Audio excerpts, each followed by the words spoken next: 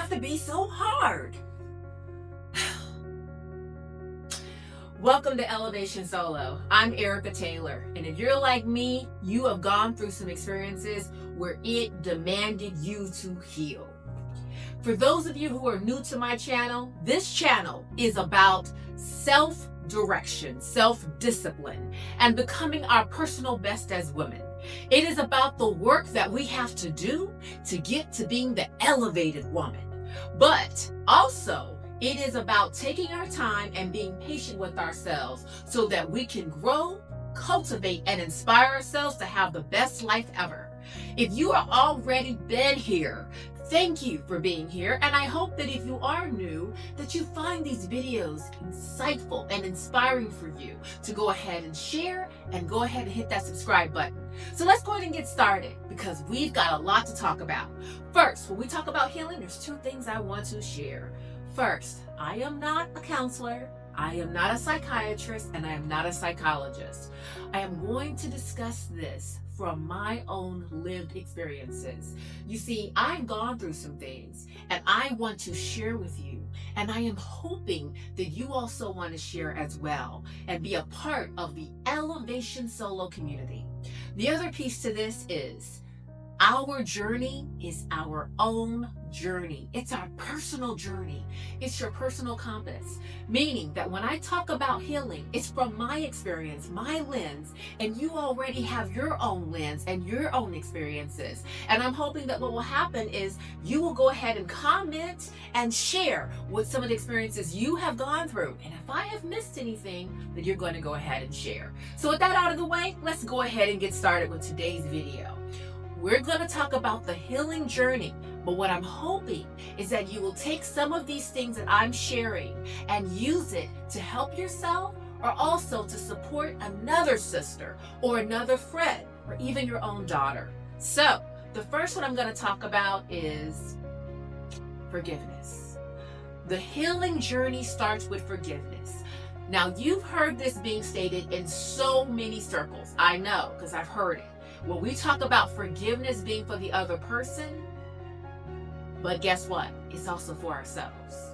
So we talk about that it's not for them, but it's for us. And that is so true here. So let me kind of zero in on this because this is so important. Because everybody talks about forgiveness is for you and not for the other person, but we don't zero in on the why.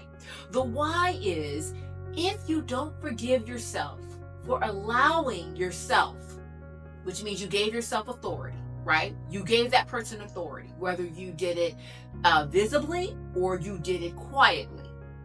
You still gave authority. On most times, right? When we talk about the past hurt, the past disappointment, the past disillusionment, and maybe even present even. But what that means is to forgive ourselves of what we may have done to contribute to it. Let me give you an example. Now, in a past experience that I've gone through, where I've healed from, I recognized I was poor at setting boundaries. I did not advocate for myself. Now, clearly, that's not the situation now, but I don't look like what I've gone through, and I'm sure you don't either. But I'm going to share this with you. If you don't set boundaries, you allow the door to be open for others to do whatever they want to do. You give them the guiding force to do whatever it is. Now, is it right? Absolutely not. But that action that they did, and hopefully it's not repeated, but there are some situations where we go through some repeated behaviors and we have to learn through the experience. And that's where God shows up. And we're going to talk a little bit about that later because that's key.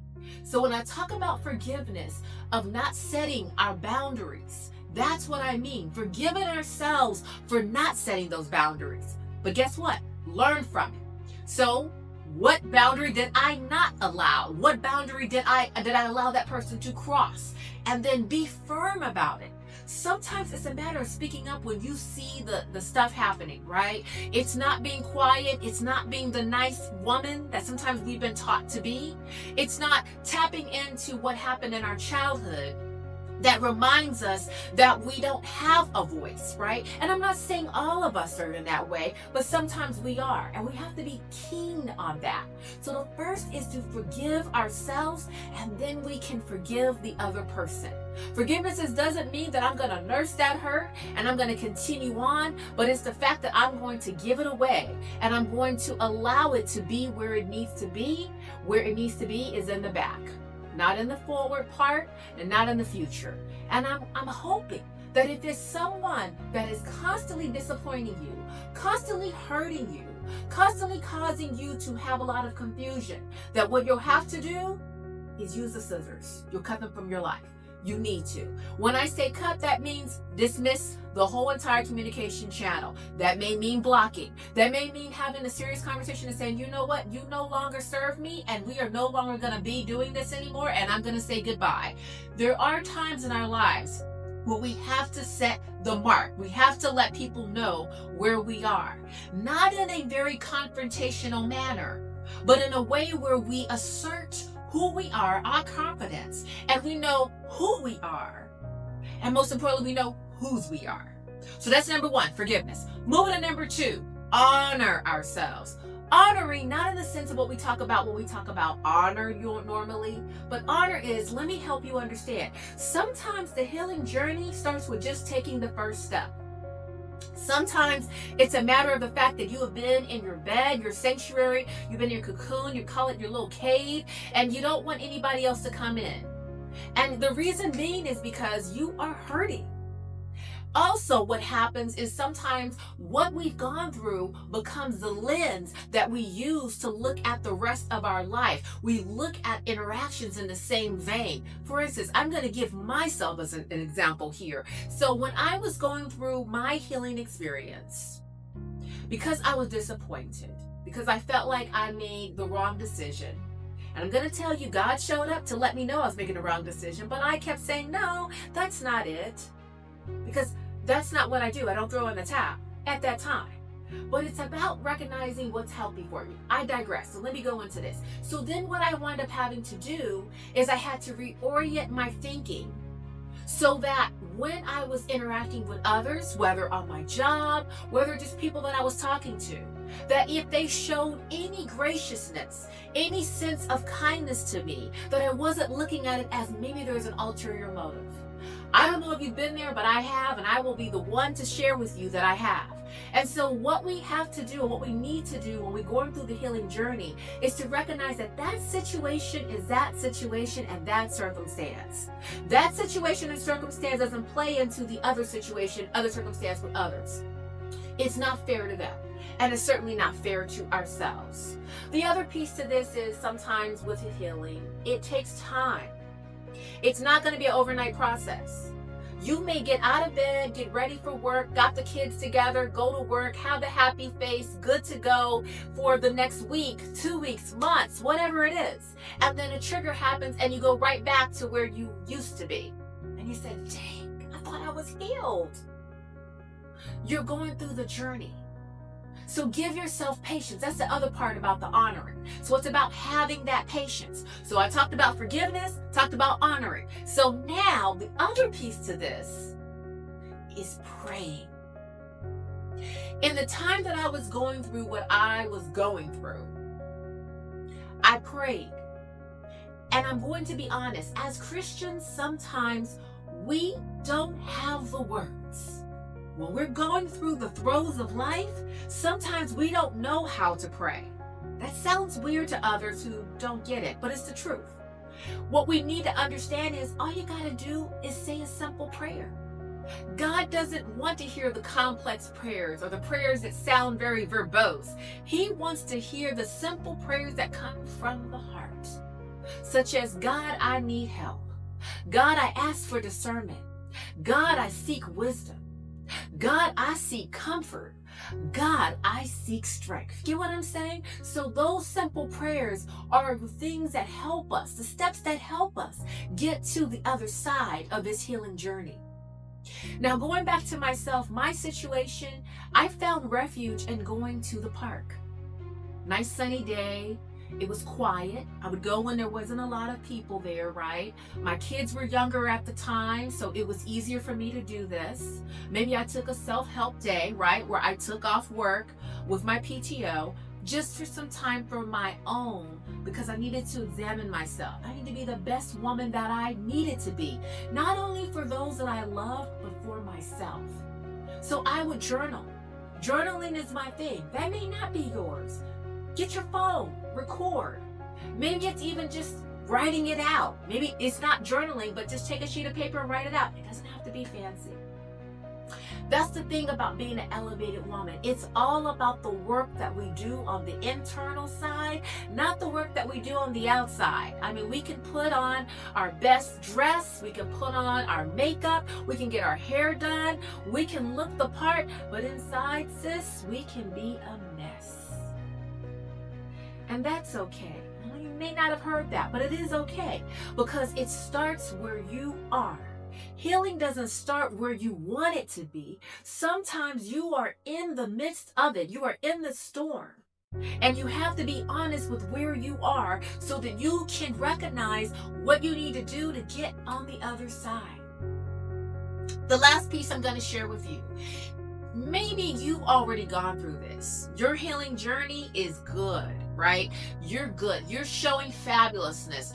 What you see on the outside is what's in the inside. There's a mirror. You're good. But guess what? Your sister, your relative, your friend, your daughter even may be struggling.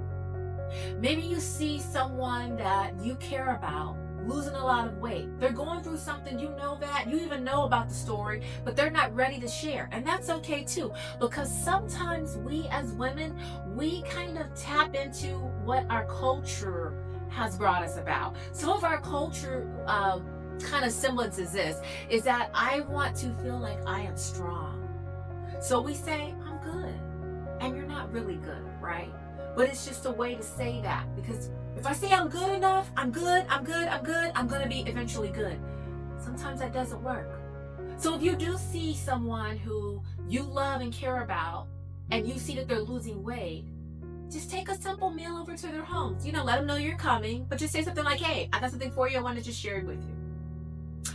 Or send them a card through the mail. I'm old school, so I like, you know, the actual phone delivery. So call, pick up the phone and just say something. Maybe there's a passage. Maybe you were in church, you heard a scripture. Maybe there's something that you find that anchors you and you want to share it with them. It doesn't have to be fancy. Just keep it simple. Call, say the message, and then hang up. And then do it the next time when you feel like, you know, I need to reach out to her and make sure she's good. Because I'm telling you, it's a community. Whenever we are going through this journey, we're not alone. We may feel alone. And some of us have been taught to wear these shoulders upon us, right? Not share too much, right? Don't let everybody in your business. But I'm going to tell you, like when people say, well, like you say, you just pray for me. And someone says, hey, can you tell me why I need to pray? That's pause. Because someone who genuinely cares about me will know that all I got to do is open the door to prayer, and God is going to do the rest. So you don't have to share your whole life story, but you can just say, hey, just pray for me. I'm going through a season. All you have to say. Because the more people pray, the better we're going to become. And then the enemy doesn't have a foothold on our lives. That's real. That's true. And that's what got me through. So first I had to do forgiveness. Second is honor. And the last is to pray. Pray is not the last, but it's just what I want to talk about, because I feel like that if you've gotten this far and you've already heard the conversation, you'll go ahead and but you'll understand about being prayerful. So I want to share all of these tidbits with you about healing, but I also want to get your thoughts. So in the comments, go ahead and let me know what you do to heal and get through this journey. Because at the end of the day, we are going to do this together. We are going to grow, we are going to be inspirational, and we're going to elevate as women. Until the next video, I'll see you next time.